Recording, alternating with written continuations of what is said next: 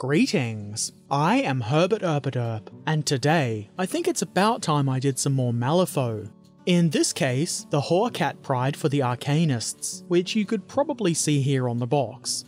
These critters seem to be a little bit less friendly than your average kitty cat. On the back of the box there is a 3D rendering of the models and nothing else. I don't suppose much else is really needed. Inside the box we find 3 of these exciting 40mm bases. For some reason 2 of these are slotted and 1 isn't. It's probably just a random thing, but if anybody knows a reason, do let me know in the comments below. The Horkats come on a single sprue. This looks pretty awesome, as Malifaux plastic usually does, at least in my experience. Everything is quite crisp and neat looking and well detailed. I mean, there isn't really a whole lot to these, but the fur looks pretty good, and I think they're going to end up being pretty cool little models.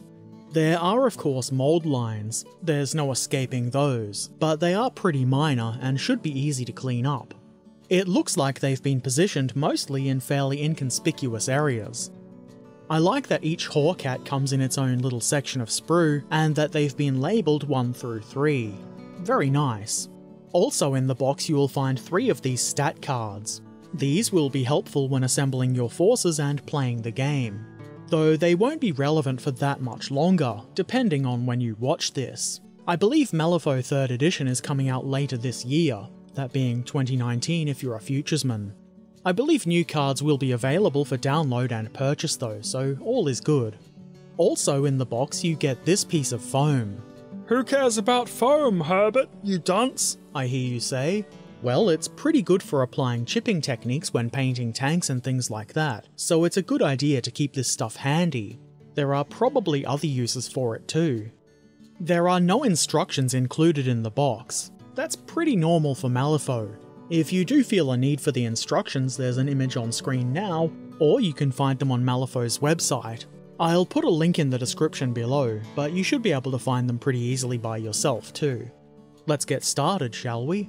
The first thing to do is to remove the mold lines. If we don't do that, the model will just end up looking bad, even on a kit like this where the mold lines are fairly minor.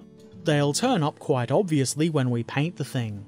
I just gently scrape them off with my knife, though purpose-made tools are available. I also used this brush to clear the remaining bits of plastic.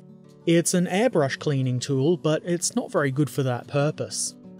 The first Horkat is a simple 2-part model. It's keyed so the parts are very easy to put together with little risk of misalignment.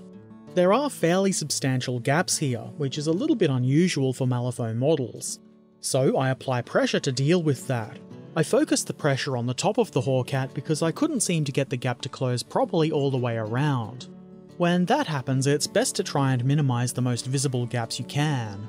You can see the gap at the bottom is fairly big, but it shouldn't be too hard to fix with putty.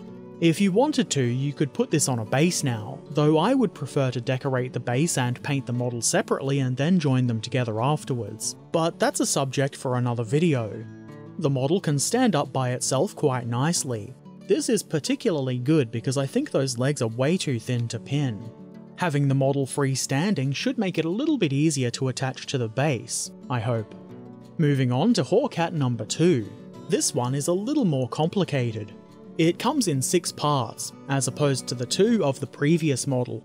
I figured why not join the body together first. This isn't too hard to do. There's keying, which of course is always helpful. Again, I had to apply pressure to minimise gaps, and while it's still a bit more gappy along the bottom than the top, it's a bit better than the previous Horkat. I leave the body to set for a bit so I don't pull it apart when applying pressure to the other bits. Then I attach the front right leg. There is keying for this, but I found it a little bit fiddly to get perfectly into place, but it does go. The gap isn't too bad, but it is there.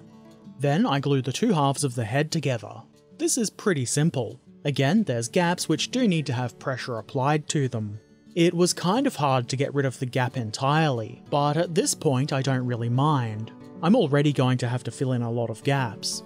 Then we might as well attach the head, because there's not really much else to do. This is pretty easy. The head has keying, so it only goes on one way. I'm sure some might complain about the lack of customization here, but I think it's fine. Again, I try to minimize the gaps, and they are slightly worse on the bottom of the model where they'll be harder to see.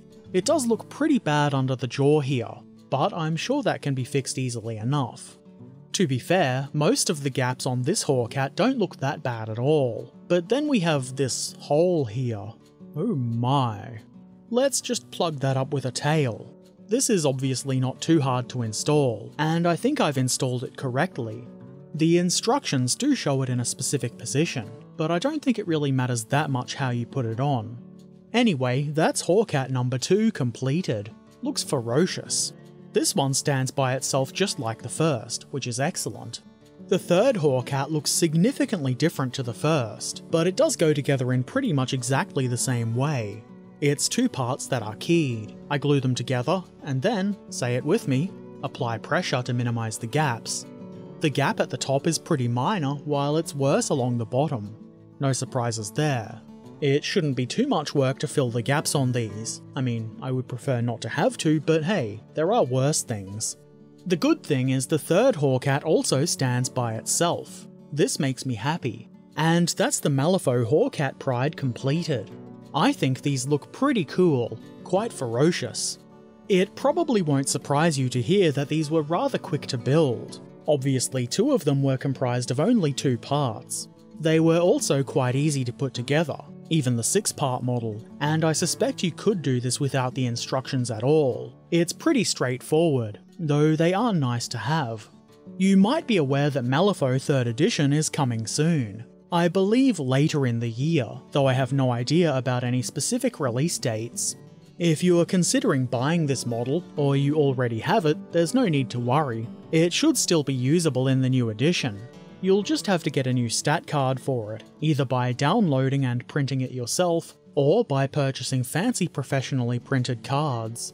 At least that's how I believe it's going to work. I might be totally wrong. It has happened before, believe it or not. While I don't have immediate plans to paint these bitey fellows, I do have some ideas. I've heard that Malifaux don't have any official painting guides or anything like that because they prefer to encourage people to paint things their own way. And I like that, even if it's not true. Who's going to tell me that Hawkats aren't hot pink with green spots? I probably won't paint them that way, but I could.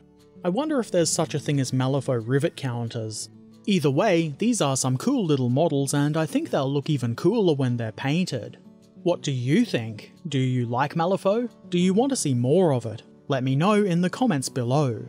Also, don't forget to subscribe, follow, dingle the bell, and all the other things you do on YouTube and social media. And if you really like the things I do, please consider supporting over on Patreon, or by purchasing a shirt or mug from my merch store. Links to all of the things are in the description below. And as always, I shall return soon, so until then, be excellent to each other and thanks for watching. Farewell.